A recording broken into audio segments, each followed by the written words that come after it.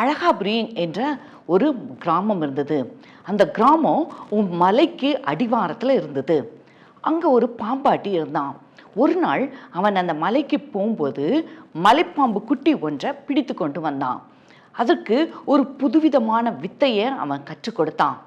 அதற்கு பிறகாக சந்தை கூடுகிற ஒரு நாளில் அவன் அந்த பாம்பை ஒரு கூடையில் வைத்து எடுத்துக்கு அந்த சந்தைக்கு போகிறான். அங்கே சந்தையில் போய் மக்களை கவர்வதற்காக அந்த பாம்பை பற்றி ஒரு சில காரியங்களை சொன்னான். ஜனங்களெல்லாம் கூட ஆரம்பித்தாங்க. அப்போ அவன் அந்த பாம்பை வைத்திருந்த கூடையை திறந்து அதற்கு ஏதோ ஒரு கட்டளையை கொடுத்தான். உடனே அந்த பாம்பு அவனுடைய சரீரத்தை சுத்தி கொள்ள ஆரம்பிச்சுது. அப்போ ஜனங்கள் இருக்கிற பக்கமாக ஓடி போய், இந்த பாம்பு என்னை நெருக்குது, நீங்கள் என்னை காப்பாத்துங்க அப்படின்னு சொல்லி ஒரு சத்தம் போடுவான். அப்போ மக்கள் எல்லாம் கை தட்டுவாங்க, என்ன அருமையாக நடிக்கிறான் அப்படின்னு சொல்லி பயங்கரமாக சந்தோஷப்படுவாங்க. அதுக்கப்புறம் அவன் திரும்பி ஒரு கட்டளையை கொடுத்தன அந்த பாம்பு திரும்ப போய் கூடைக்குள்ளே படுத்துக்கொள்ளும். இப்படி அவன் அருகில் இருக்கிற ஒவ்வொரு சந்தையிலையும் போய் இந்த புதுவிதமான வித்தையை காண்பிக்கும் போது மக்கள் இது புதுசாக இருக்கனால ரொம்ப ஆரவாரித்து அதை பார்த்து மகிழ்ந்து நிறைய காசு அவனுக்கு கொடுப்பாங்க. இதனால அவனுக்கு ரொம்ப செழிப்பான ஒரு வாழ்க்கை கிடைச்சிச்சு. நாட்கள் செல்ல செல்ல அந்த பாம்பு இப்போ நல்லா பெருசாச்சு. ஒரு நாள் அவன் ஊருக்கு பக்கத்தில் இருந்த ஒரு பெரிய சந்தை ஆரம்பமாக இருந்தது. எனவே அவன் அந்த பாம்பை தூக்கி கொண்டு அந்த சந்தைக்குள்ள போய் தன் வித்தையை காட்டுறதுக்காக அவன் ஆரம்பித்தான். இப்போ நிறைய ஜனங்கள் அதை பார்ப்பதற்காக கூடியிருந்தாங்க. இப்போ அந்த பாம்பினுடைய நடிப்பு குணம் மாறி அதுக்கு ஒரு நச்சு குணம் வந்திருந்தது. அது இந்த பாம்பாட்டியை அறிந்து கொள்ளலை. அவன் எப்பவும் போல அந்த பாம்பை பற்றி கூறிவிட்டு ஒரு கட்டளை கொடுக்குறான். உடனே அந்த பாம்பு அவனை சுற்றி கொள்ள ஆரம்பித்தது. அப்போ அவன் சத்தம் போடுறான், எப்பவும் கத்துற மாதிரி, காப்பாத்துங்க, பாம்பு என்னை நசுக்குது அப்படின்னு சொல்லி அவன் சத்தம் போட்டான். ஆனால் உண்மையிலே கொஞ்ச நேரத்திலேயே அந்த பாம்பு அவனை அதிகமாக நசுக்க ஆரம்பிச்சுது.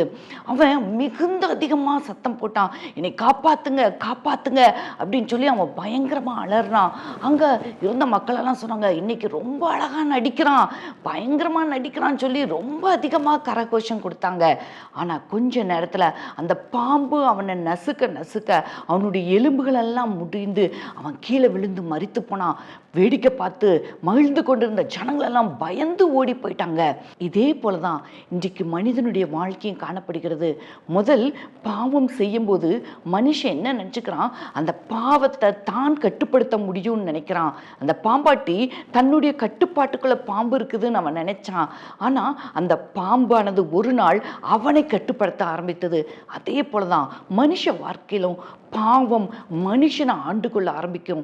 அப்பொழுதுதான் அவன் தான் பாவத்துக்கு அடிமையா இருக்கிறதையே அறிய ஆரம்பிப்பான். எத்தனையோ பெண்கள் தன் கணவனுக்கு தெரியாமல் பாவம் செய்கிறாங்க. எத்தனையோ கணவர்கள் மனைவிக்கு தெரியாமல் பாவம் செய்கிறாங்க. பிள்ளைகள் பெற்றோருக்கு தெரியாமல் பாவம் செய்கிறாங்க.